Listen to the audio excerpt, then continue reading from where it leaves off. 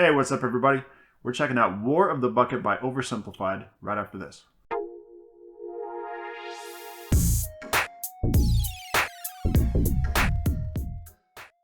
Alright, first things first, if you're one of my subscribers, welcome back. Love you guys. I was going to make a big announcement when we crossed 500, but while I was editing videos and working this week, we crossed 600 subscribers. So thank you guys very much for helping make this an awesome channel. So OverSimplified dropped another video this morning, War of the Bucket, and we're going to check that out right now. I love their channel, man. I love everything about it. It's great comedy, and it's a good way to be introduced to the information. We've done about 3 or 4 of them now so far, and I love this channel. So I cannot wait to check this one out. So we're just going to jump right into it. The War of the Bucket by OverSimplified. And here we go. All right, folks, gather round. I've got some good news and some bad news. Did you say good news and glad news? No, I said good news and bad news. Very bad news. Word on the street is there's going to be a horrible plague coming in from Central Asia in the next couple decades that'll wipe out half of Europe. What's the good news? Do you have a cure? Please say you have a cure. No. Even better. The good news is we've got a new bucket for this city well.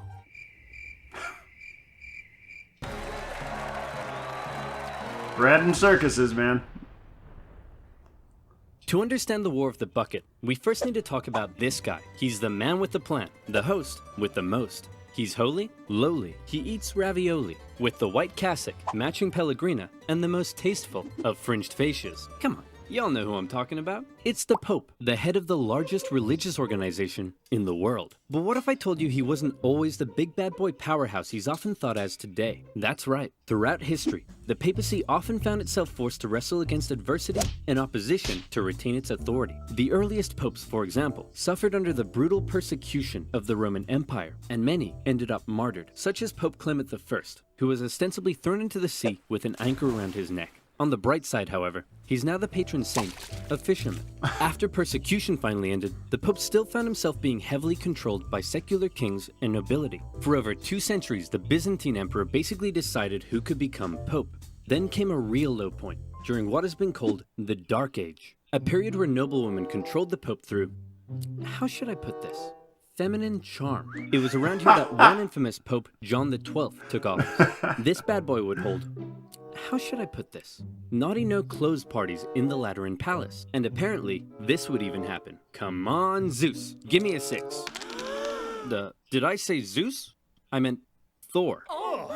Ra, the Egyptian sun god? Dang it, who is it we worship? Perhaps you should read this, Your Holiness. In the beginning, God created the heavens and the earth? Wow, this is wild. Pope John XII eventually died exactly how he lived, caught in the act by an irate husband who picked the Pope up and chucked him out the window. The point I'm trying to make here is that often the Pope was a very weak and corruptible figure and was regularly used and controlled by secular leaders as a tool to increase their own power and influence. And there was certainly an element of that in the year 800, when the Pope and the Kingdom of the Franks were good BFFs, and King of the Franks, Charlemagne, was like, hey man, being King of the Franks is nice and all, but I want more legitimacy, and also to become the continuation of the Roman Empire. So what say in return for my protection, you crown me Emperor so everyone will respect me more? Sure thing, pal. We'll hold the ceremony tomorrow. Charlemagne, King of the Franks, I hereby crown you Emperor of the West. Oh my goodness. I was not expecting this at all. What a surprise. I simply cannot accept. Oh. Okay then, I guess I'll just put this back over here. Give me that crown! Charlemagne's crowning as emperor was certainly an historic moment, but it also created a bit of an interesting problem. It set the precedent that from here on out, only the Pope could crown an emperor, but the Pope was also very much under the influence and control of Charlemagne. So who really held the power here? The Pope or the Emperor? I'm sure that this conflict won't cause anyone to die. Bishop of Freising, we want to thank you once again for visiting our wonderful city. It's been an honor. The pleasure is all mine, and what a wonderful tour it's been. I've seen the city walls, I've seen the towers, nothing could top that. Oh, couldn't it? Because we've saved the best for last. Ta-da! Yes, that's very interesting. Isn't it the greatest thing you've ever seen? Well, I mean, it is just a bucket. Get him out of here! Over time, Charlemagne's position as emperor and the kingdom of the Franks gradually evolved into the Holy Roman Empire. And by now, the Pope and the Emperor weren't such good friends anymore, since neither could agree on who was the boss of who. To make matters worse, the Emperor had taken to investing his own bishops and abbots. What does that mean? Well, allow me to explain. The problem for the Holy Roman Emperor was his empire wasn't really an empire, so much as a nightmarish federation made up of hundreds of counties, duchies, bishoprics, and more. The princes in charge of these local regions often didn't give the emperor their loyalty. The German nobility spent a lot of their time rebelling against the emperor, and the emperor spent a lot of his time trying to put down those rebellions. Can we get rid of them? Who? All the nobility. Get rid of them and pick new ones who are loyal to me. You can't just remove noble families from their territory. Please? Aw, okay, how about this? Some of those territories are ruled by bishops and abbots, and as Holy Roman Emperor, considered by many to be the deputy of Jesus Christ himself, perhaps you can choose who gets to become bishop and abbot. Yay! Now it's time to turn out the lights and go to sleep. Okay, I love you. Okay, good night. Say it back. And so it was. The emperor invested his own family and loyal followers into powerful church positions, and thereby was able to increase his own power and authority. Not only that, but the emperor and other nobility were also engaging in something called simony. That's when someone would come along and say, hey, I want to become a bishop and get all the personal riches that come with the position. Perhaps we could come to some kind of arrangement. That's right. Church positions were actually being sold to the highest bidder. Oh my and let me goodness, tell you, corrupt. they probably didn't come cheap. It's gonna cost you a lot more than this. I don't think so. I've got a promo code. And speaking of promo codes, do you like free money?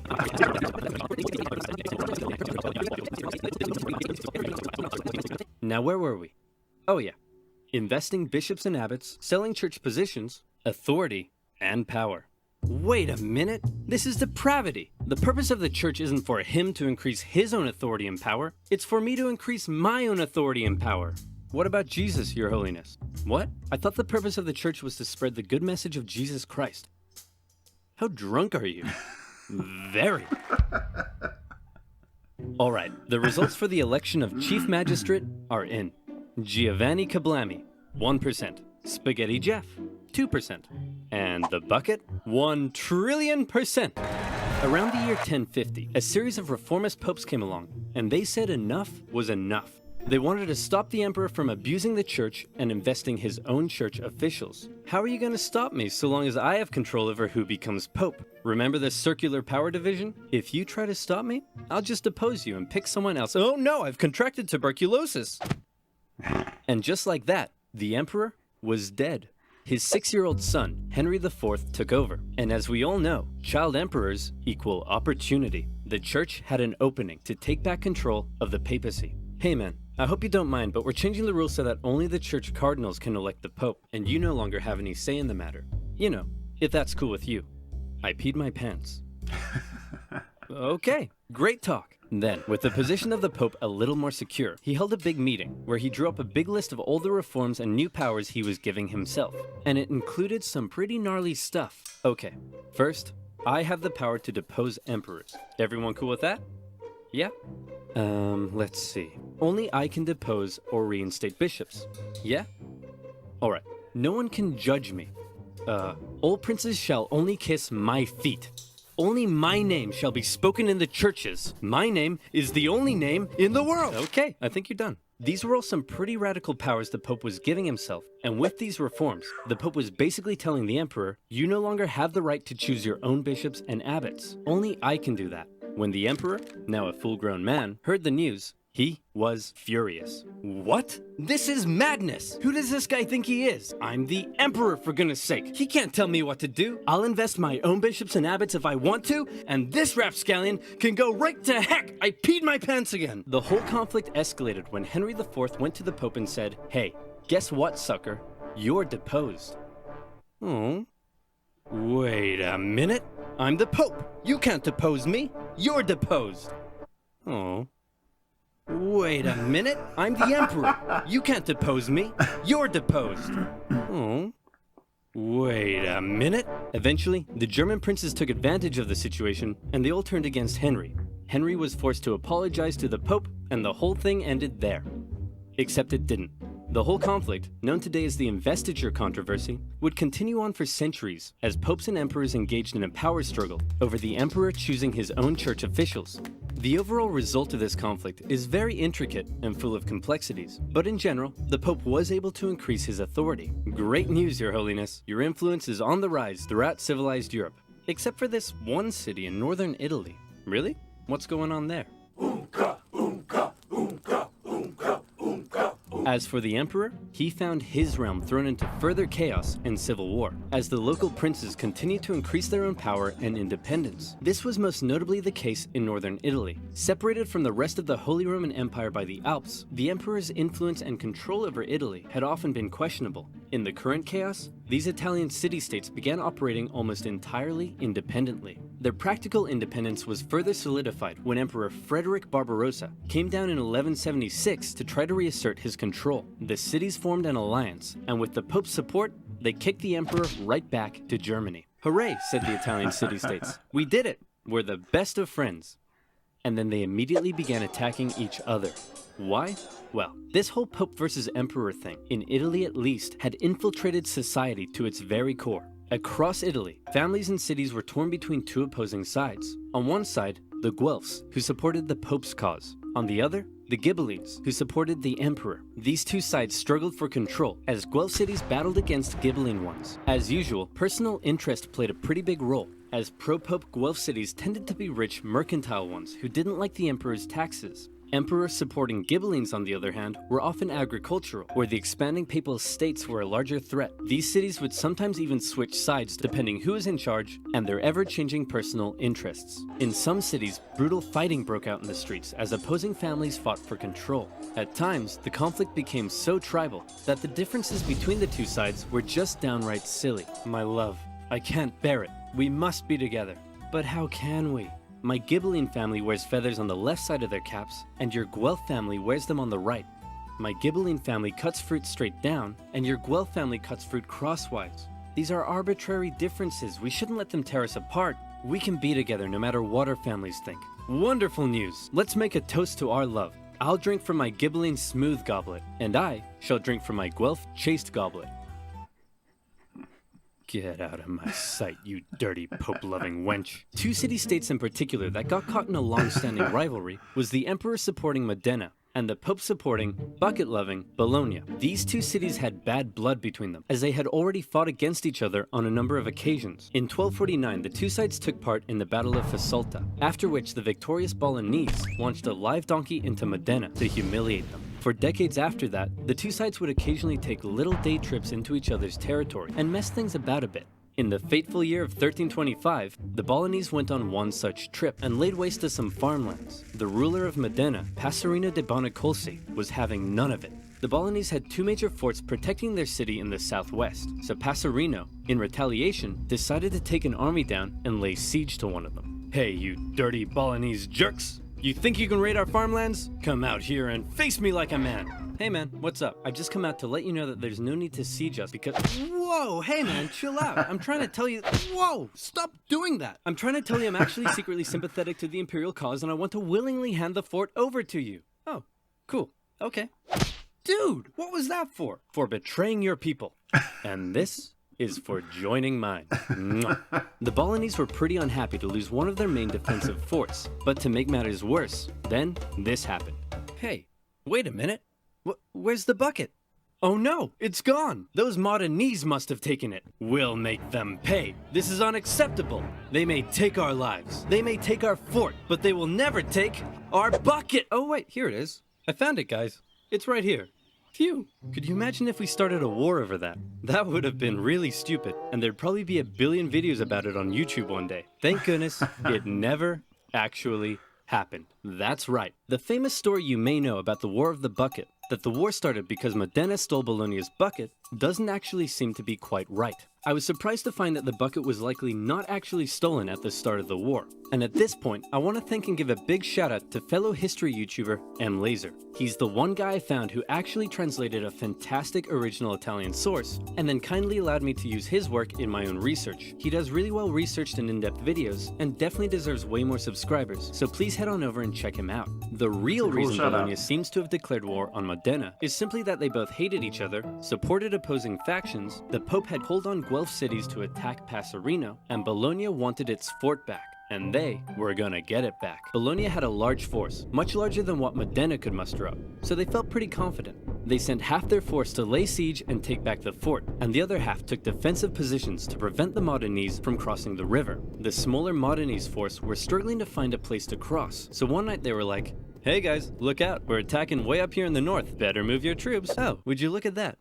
That was easy. And just like that, the Modenese were across the river. The Bolognese were probably expecting the Modenese to come and break their siege, but instead, the Modenese went for the second fort at Zappolino. Bologna couldn't afford to lose both of its defensive forts, so the entire Bolognese force moved to take defensive positions at Zappolino. When the Modenese arrived, it was already late in the day, and there were about 2 hours of sunlight left. In most medieval battles, at this point, both sides would set up a camp, rest for the night, and prepare for battle the next day. But the outnumbered Modenese decided the only way to win was to deal a quick, decisive blow while the Bolognese were still unorganized and unprepared, and that's exactly what they did. They charged at the Bolognese line, and the two sides engaged in fierce combat. Then the sneaky Modenese pulled what must be the most predictable, yet somehow consistently surprising move in medieval warfare. They sent the cavalry around the side and hit them from behind. Bing bang bong, the Bolognese went on the run. With casualties in the thousands, Modena had won, and the Modenese cavalry chased the Bolognese cavalry all the way back to the city.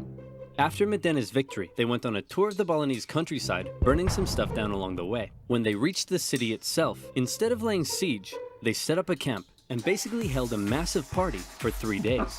The defeated Bolognese could only sit back and watch. As the Modenese force began packing up and getting ready to leave, they noticed something. Oh my gosh. Hey, check this out. No way. Are you kidding me? They're still using traditional wells. Hey, you dumb Bolognese. Ever heard of an artesian well? You can't even get water out of the ground without using a stupid bucket. It's not a stupid bucket. It's a wonderful bucket. Yeah, whatever, bucket boy. We're taking this with us. So Modena stole Bologna's bucket and put it up on display in their cathedral, eventually moving it to the city hall where it remains on display to this day. The two cities came to a peace settlement a few months later. Bologna would have to pay heavy war reparations, and in exchange, Modena would return all conquered territories. Modena kept the bucket. Despite being one of the bloodiest battles in medieval Italian history, it didn't really change anything, except now Modena had Bologna's bucket.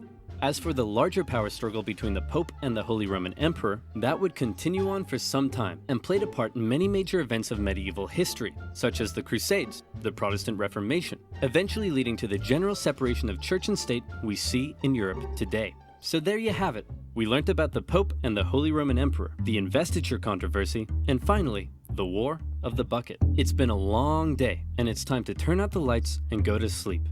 Okay, I love you. Okay, good night. Say it back!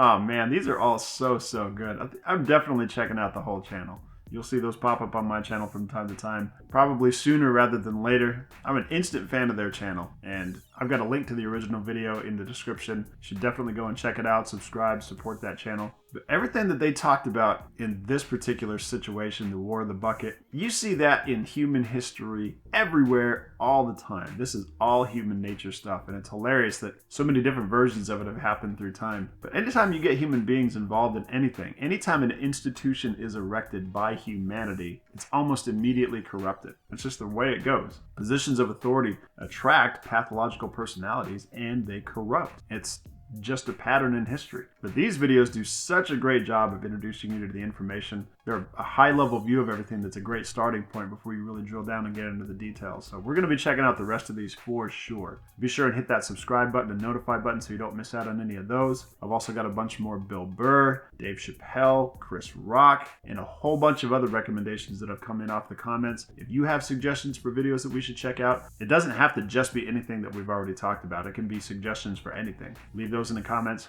Otherwise than that, thanks for watching. Keep an eye out for more videos coming out soon.